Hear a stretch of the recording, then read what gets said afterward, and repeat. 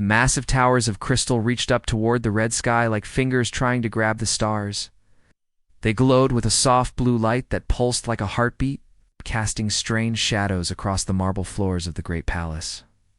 This was Belteran Prime, the center of power for the entire galaxy. And it had been this way for longer than most civilizations could remember. King Velter IX sat on his throne, made of living rock that seemed to breathe beneath him. The stone was warm and moved slightly, as if it were alive. The king himself was nothing like the humans he would soon learn about. He had 4 strong arms covered in dark blue skin, and his eyes were like black holes that seemed to pull light into them. Golden rings decorated each of his arms, and a crown of metal and crystal sat on his large head. For 3,000 years, his family had ruled every star system, every planet, every moon where life existed. No one questioned his power. No one dared to say no to the Zerathi Empire. The king received reports from thousands of worlds every day, and they all said the same thing. Yes, Your Majesty. We obey Your Majesty. We serve Your Majesty. General Kethra walked across the throne room, her metal boots clicking on the smooth floor. She looked like a giant insect standing on 2 legs, with silver armor covering her entire body. Her face was hidden behind a mask, but her voice was clear and strong. She had conquered 47 worlds for the Empire and had never lost a single battle. Your Majesty, she said, bowing her head. We have found another world in Sector 7 Alpha. The beings there call their planet Earth. They are primitive, just like all the others. They have only recently learned to travel between their own planets. The king's forearms moved in a gesture that meant he was listening. Tell me about these Earth creatures. They call themselves humans, General Kethra continued. They have only 2 arms and 2 legs. No natural armor, no telepathic abilities, no advanced technology. They fight among themselves constantly. They seem weak and divided. King Veltharix made a sound that might have been laughter. Another easy conquest, then. Send them the standard terms. Half their population for labor, the rest to be managed by our governors. They will submit like all the others. Many light years away, on a small blue and green planet orbiting a yellow star, Commander Jinwoo Park stood in a room filled with the most important people on Earth. The room was in Seoul, in a building that touched the clouds. Through the large windows, he could see the city spreading out below, with millions of lights twinkling like stars. Jinwoo was not a tall man, but when he spoke, everyone listened. His hair was gray from years of military service, and his hands were rough from handling weapons and machinery. He had fought in 3 wars on Earth and had seen things that would give most people nightmares. But nothing had prepared him for this. Above the long metal table, a message floated in the air, made of light and foreign symbols. The words had been translated by Earth's best language experts, working for days to understand what the aliens were saying. The message was simple and terrible. Give us half your people, or we will destroy your world. Admiral Hejin Kim sat across from Jinwoo, her uniform neat and her expression calm. She was one of the smartest military leaders on Earth, and she had spent her whole life protecting her planet from threats. But this threat was bigger than anything Earth had ever faced. 4 billion people, she said quietly. They want us to give them 4 billion human beings to work as slaves. Dr. Tae-Hyan Lee, a thin man with thick glasses, looked up from his computer. He had been studying every piece of information they had about alien civilizations, trying to understand what Earth was facing. This is what they do, he said, his voice tired. We have intercepted communications from other worlds. The pattern is always the same. The Zorathi Empire finds a new planet, demands half the population as workers, and takes control of everything else. Every single species has agreed to these terms. Everyone. The room fell silent. Outside, the city continued. It's normal life, but inside this room, the people who protected Earth were trying to figure out how to save their world. What happens if a species says no? Asked Jin-Woo. Dr. Lee adjusted his glasses. No species has ever said no, not once in 3,000 years. Jinwoo stood up slowly. He walked to the window and looked out at the city below. Millions of people were down there, living their lives, not knowing that aliens from across the galaxy wanted to take half of them away forever. Children were playing in parks, parents were coming home from work, students were studying in schools. All of them were counting on the people in this room to protect them. He turned around and faced the others. His weathered face was set with determination that came from deep inside him. "Then we will be the first," he said simply. The words hung in the air like a challenge to the entire galaxy. The small alien ship drifted through space like a metal arrow, its hull gleaming under the light of distant stars. Inside, the Zerothi messenger sat at his control panel, waiting for Earth's reply. He had delivered the Empire's demands to hundreds of worlds before, and the answer was always the same. Sometimes it took longer for the primitive species to understand what was being asked of them, but they always gave in eventually. His communication system beeped, indicating an incoming message. The messenger leaned forward, expecting to see the usual lengthy response full of pleading and attempts to negotiate.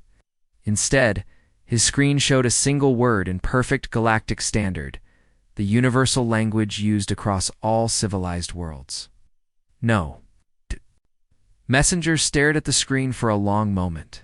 He checked his translation systems, ran diagnostics on his equipment, and even rebooted his communication array. But the message remained the same. One word. Simple and clear. He had never seen anything like it. Back on Velteron Prime, King Velthor IX read the message with growing confusion. His primary eyes, large and dark, narrowed as he studied the single word. His secondary arms drummed nervously against the living stone of his throne, creating a rhythmic tapping sound that echoed through the vast chamber. "This cannot be correct," he said to General Kethra, who stood nearby. "No species responds to our demands with a single word. Where are their pleas for mercy? Oh. Where are their offers to negotiate? Where is their fear?" General Kethra shifted uncomfortably in her silver armor. She had conquered dozens of worlds for the Empire, and every single one had begged for more time, offered alternative arrangements, or simply collapsed in terror when they realized the power of the Zerothi fleet. None had ever said no with such confidence. "Perhaps they do not understand the consequences of refusing us, Your Majesty," she suggested. "Their technology is primitive. They may not realize what our fleet can do to their world." The king's forearms moved in a gesture of annoyance. It sent another message. "Explain to them exactly what will happen if they continue to refuse. Make it clear that we can turn their planet into space dust." Meanwhile, on Earth, something unprecedented was happening. Every shipyard that had been building cargo vessels and passenger transport suddenly changed its plans. The peaceful construction platforms orbiting Earth began working around the clock. But now they were building something very different. Colonel Minho Choi stood on the observation deck of Orbital Platform 7, watching as workers in spacesuits crawled over the hull of what had been designed as a luxury cruise ship. Now it was being fitted with armor plating and weapon systems. The transformation was happening everywhere, on every platform, in every shipyard. "How long do we have?" asked Dr. Sunwoo Kim, the chief engineer overseeing the modifications. Team had been working for 18 hours straight, surviving on coffee and determination. "Not long enough," Minho replied grimly. "Intelligence estimates they could have a fleet here within months, maybe weeks if they decide to make an example of us." In the capital cities of Earth, emergency sessions were being held in every government building. President Soyoung Kang had declared a global state of emergency, giving military commanders unprecedented authority to mobilize resources. Factories that made cars were now making tanks. Computer companies were developing military software. Even toy manufacturers were contributing, using their precision equipment to build components for weapon systems.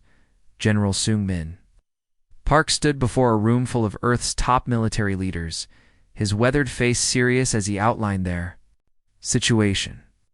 Charts and graphs covered the walls, showing the massive difference between Earth's military capability and what they knew about the Zerothi Empire. "Let me be clear about what we are facing," he said, pointing to a display showing the alien ships. "Their technology is centuries ahead of ours. Our weapons can destroy our cities from orbit. Our shields can stop anything we currently have. In a direct confrontation, we would lose within hours. The room fell silent. These were experienced military officers who had planned for every kind of war Earth might face.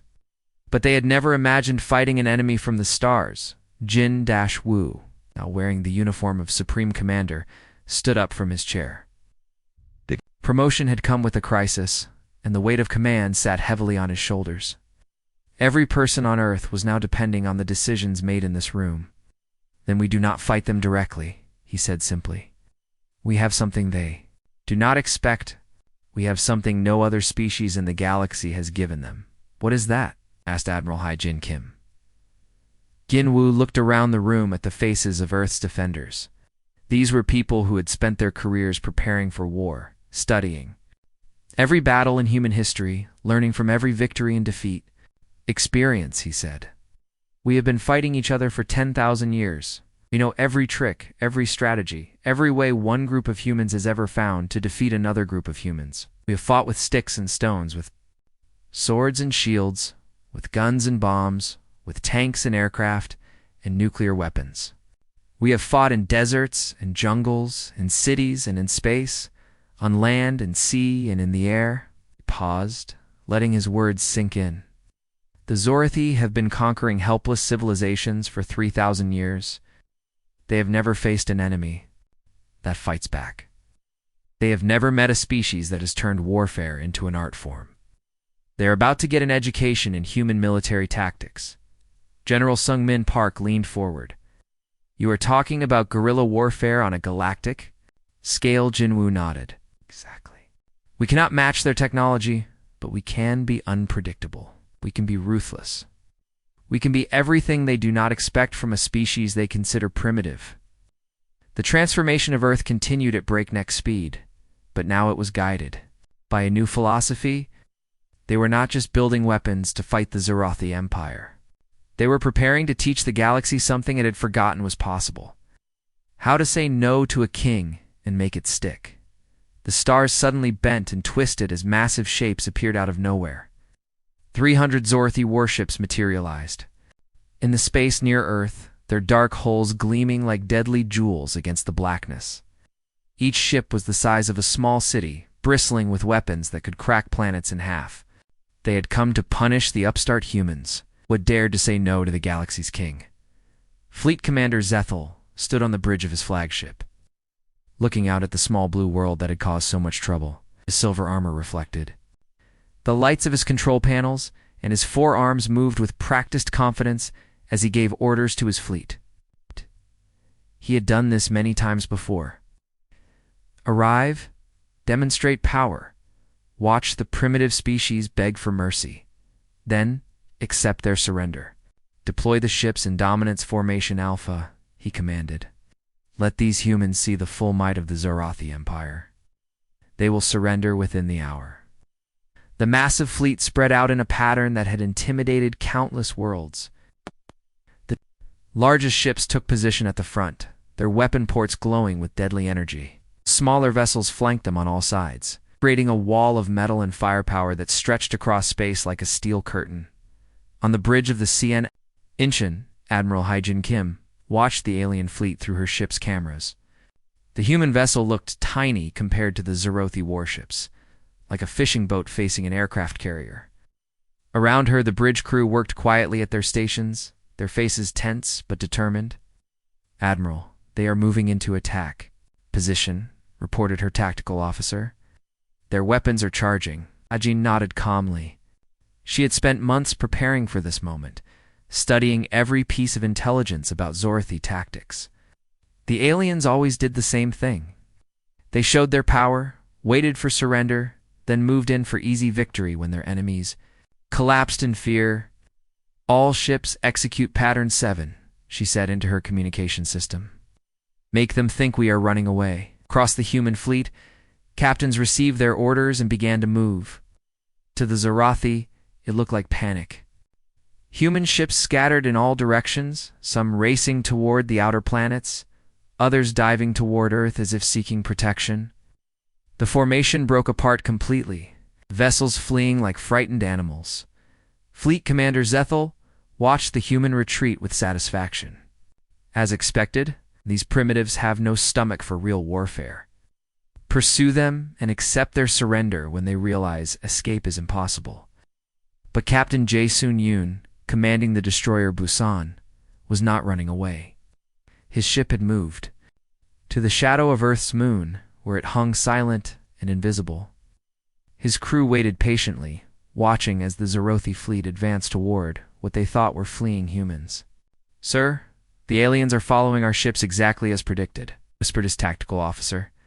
Jae-Soon smiled grimly. "Good. Let them think they are hunting prey. We'll learn soon enough who the real hunters are." Hidden in the asteroid belt, between Mars and Jupiter, Lieutenant Commander Yoo Jin-song waited with her fighter squadron. 20 small ships hung motionless among the floating rocks, their engines cold to avoid detection. Each fighter had been modified with weapons that no civilized species would use, crude devices that were designed for one purpose: to cause maximum damage in the shortest time possible. "Dragon Squadron, this is Dragon Leader," she whispered into her radio. "Enemy ships are entering the kill zone. Prepare for attack, run." The Zorothi pursuit ships spread out to chase the scattered human vessels. Confident that their superior speed and firepower would make this a quick hunt, they had done this countless times before, and it always ended the same way. The enemy would surrender. The Empire would grow stronger. That was when Yujin and her fighters struck. 20 human fighters erupted from the asteroid field like demons rising from hell.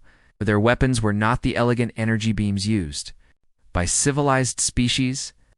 Instead, they fired crude projectiles at incredible speed.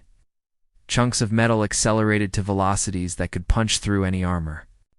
The Zorothi shields, designed to stop sophisticated energy weapons, were useless against such primitive brutality. What are they doing?" screamed a Zorothi gunner as his ship's hull was torn open by a stream of metal fragments. "These weapons are barbaric," Yujin's voice came over the radio, cold and professional. "All fighters target their engine sections." The human fighters swarmed over the Zorothi ships like angry wasps, too small and fast to hit with the aliens. Large weapons. Their attacks were vicious and direct, aimed at the most vulnerable parts of each ship. Within minutes, a dozen Zorothi vessels were drifting helplessly, their engines destroyed and their crews struggling to survive. From his position behind the moon, Captain Jae-Soon watched the battle unfold. The Zorothi fleet was starting to realize they had been tricked, but it was too late. The human ships that had appeared to flee were now turning around, revealing weapons that had been hidden from view. "All ships, this is Busan," he announced. "Execute Phase 2. Show them what humans do to bullies." What followed was not the kind of battle the Zorothi were used to fighting. Human tactics were dirty, unpredictable, and brutally effective. Ships appeared from unexpected directions, attacked weak points, then vanished before the aliens could respond. The humans used every trick they had learned from 10,000 years of warfare against each other. Admiral Hae-Jin Kim's flagship emerged from behind a space station, its weapons blazing. But these were not the clean energy beams the Zorothi expected. Instead, the human ship fired massive chunks of metal at speeds that turned them into devastating projectiles. Impossible. Fleet Commander Zethel shouted as his flagship shuddered. "Under the impact. How can such primitive weapons penetrate our defenses?" The answer was simple but terrible. Human weapons were not designed to be elegant or civilized. They were designed to kill as efficiently as possible, using whatever materials were available. The Zorothi had never faced an enemy that approached. Warfare is a science of destruction rather than a test of honor. As the battle raged on, more Zorothi ships found themselves damaged or destroyed. The humans fought with a desperate creativity that the aliens had never encountered. They used their own damaged ships as weapons, ramming them into enemy vessels. They turned asteroids into missiles. They attacked from every direction at once, then disappeared before retaliation was possible. By the time the fighting ended, space around Earth was filled with the wreckage of Zorothi ships. Less than half the alien fleet remained functional, and those ships were limping away as fast as their damaged engines could carry them. Fleet Commander Zethel sat in his ruined command center, staring at the reports of his losses. In 3,000 years of conquest, the Zorothi had never suffered such a defeat. The humans had not just survived their punishment fleet, they had destroyed it. "Send word to the king," he said quietly. "Tell him that Earth is not like the other. Worlds tell him that these humans know how to fight." The survivors of the Zorothi fleet carried that message back across the galaxy, spreading word of something that had not happened in 3 millennia. The Empire had been defeated by a species it considered primitive. The humans had not just said no to the galaxy's king. It made it stick with violence that shocked even experienced warriors. Earth had won its first battle, but everyone knew the war was just beginning. The message traveled faster than light, jumping from star system to star system through the galaxy's communication network, on 1,000 different worlds, in 1,000,000 different languages.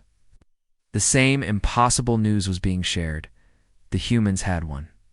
On the mining world of Kefter, where 6-legged insectoid creatures had worked in the dark tunnels for generations, the workers stopped their digging. Their leader, an old female named Chikta, listened to the whispered reports with disbelief. "The Zorothi fleet was destroyed," she asked, her voice barely audible in the dusty cavern. "All of it." Her workers looked at each other with something they had not felt in centuries: hope. For the first time since their world had been conquered, someone had fought the Empire and won, far away. In the floating research stations of the Velinary Collective, scientists stared at their computers in confusion. Dr. Nimura, the station's chief researcher, ran the calculations again and again, but the numbers did not make sense. "According to our models, the humans should have been wiped out in minutes," she told her assistant. "Their technology was centuries behind Zorothi's standards. How did they achieve victory?" Her assistant, a young male named Felon, pulled up recordings of the battle that had been captured by long-range sensors. "Look at their tactics," he said. "They do not fight like any civilized species. They use their own ships as weapons. They attack from impossible angles. They seem to have no concept of honorable combat." Dr. Namara watched the footage with growing amazement. "They fight like ... like wild animals. But intelligent wild animals."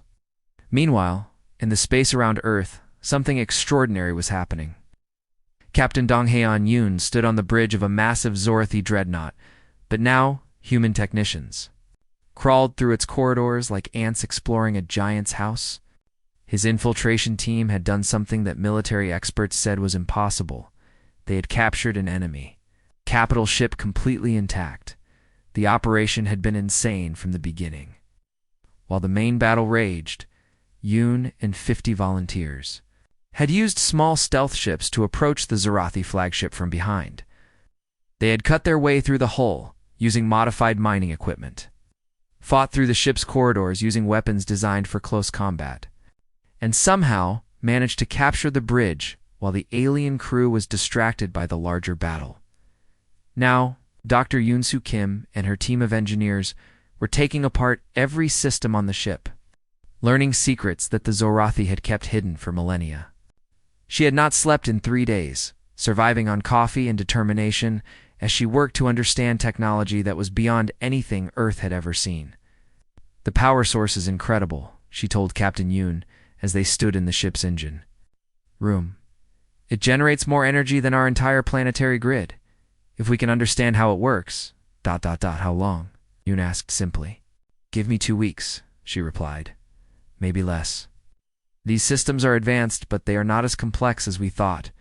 The Zorothi rely on superior materials and energy sources, but their actual engineering is... surprisingly simple." Ekon Velteron. Prime King Veltharax received reports that made his blood run cold. General Kethra stood before his throne, her silver armor dented and scratched from her own battles with human forces. "They are not just defending anymore, Your Majesty," she reported, her voice strained. "They are attacking our worlds. They have learned to use our own technology against us. Every battle teaches them something new, and they adapt faster than any species we have ever encountered." The king's forearms trembled with rage. "This is impossible.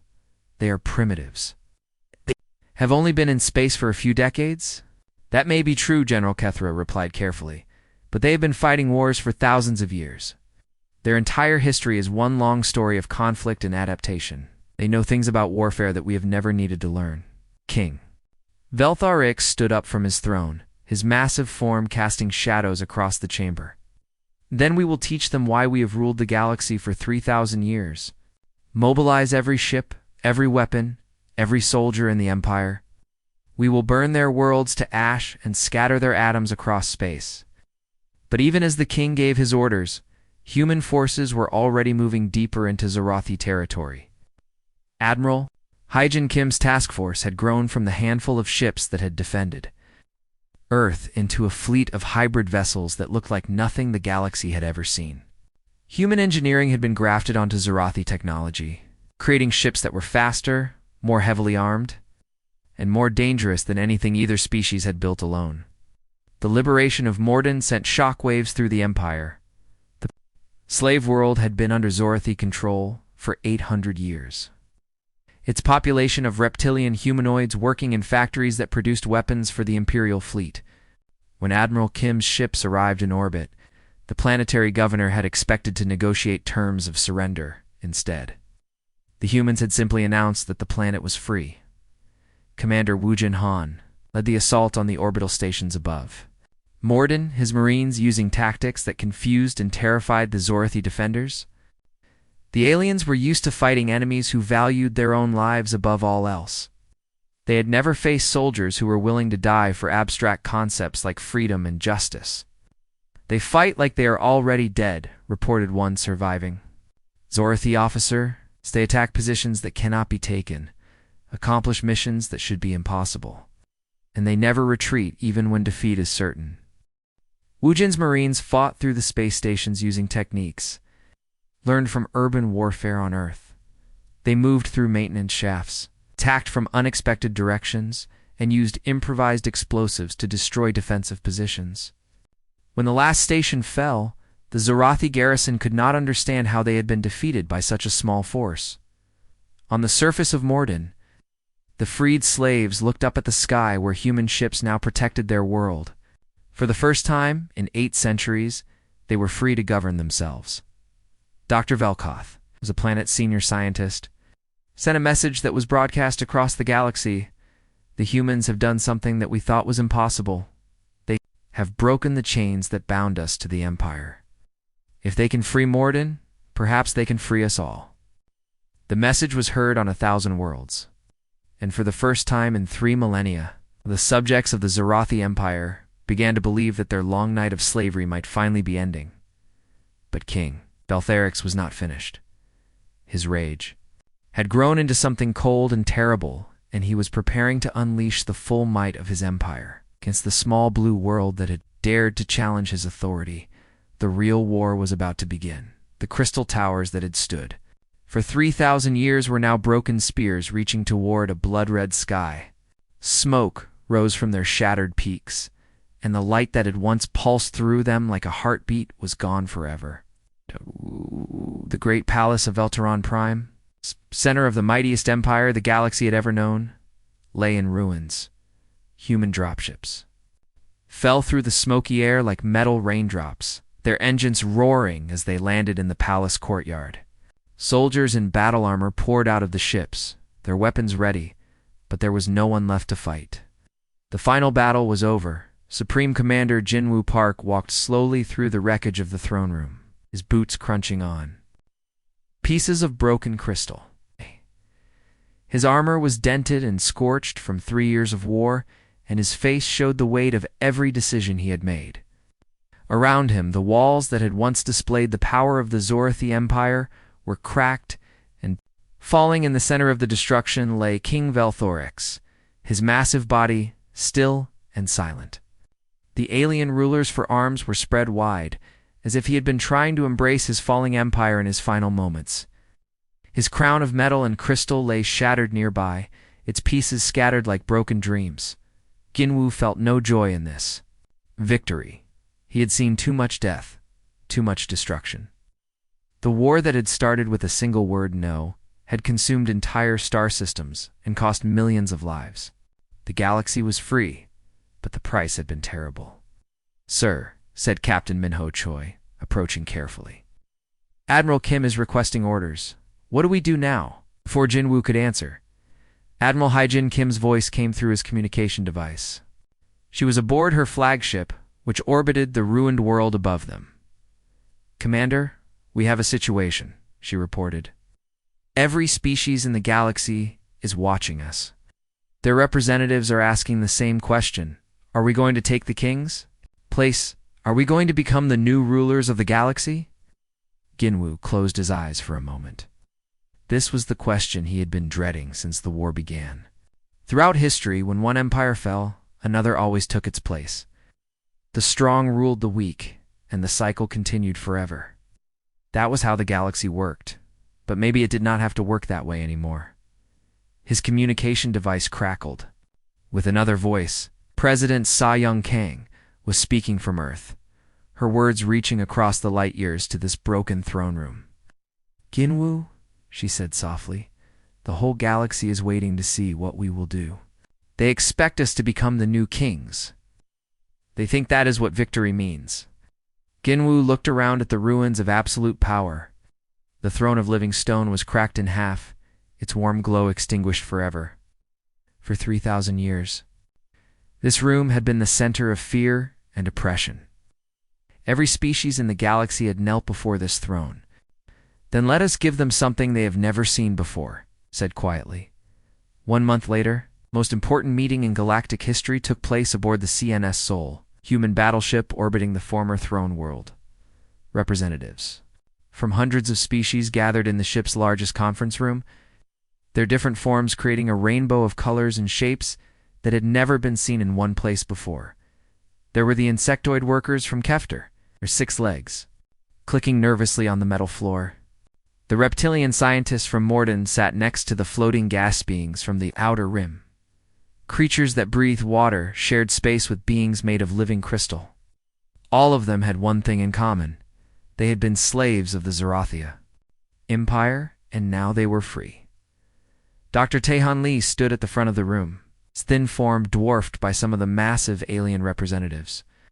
His voice was calm and clear as he spoke into the translation device that would carry his words to every corner of the galaxy. For 3,000 years, you have lived under the rule of kings, he began. You have been told what to do, where to live, how to think. You have given your children to serve in their armies and your resources to build their ships. You have forgotten what it means to be free. The room was completely silent. Many of the representatives had never heard such words before. But humanity remembers, Dr. Lee continued.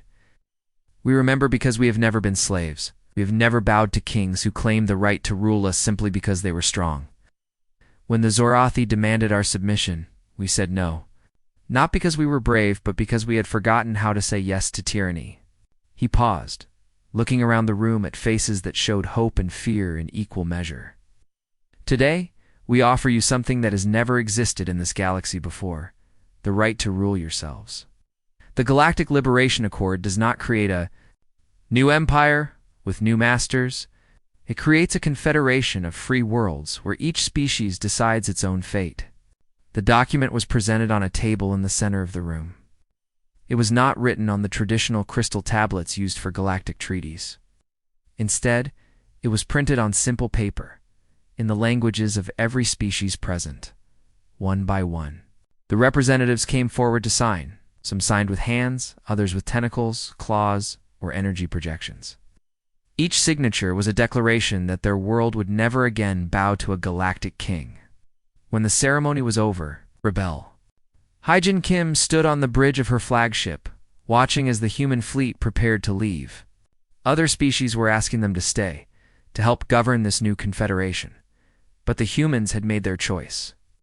We are going home, she announced to the galaxy. Our job here is finished. Dr. Velkoth, the scientist from Morden who had broadcast the first message of hope, sent a final transmission that was heard across the galaxy. The humans came not as conquerors, but as liberators. They fought a war not to gain an empire, but to destroy the very idea of empire. They have given us the greatest gift imaginable, the chance to be free. As the human ships jumped to hyperspace, heading back to their small blue world, the galaxy, began the long process of learning how to govern itself. Aries. It would not be easy. There would be conflicts and disagreements, failures and setbacks. But for the first time in 3,000 years, every world had the right to choose its own path. Age of Kings was over. The age of freedom had begun, and it had all started with a single word: no. The galaxy would never be the same.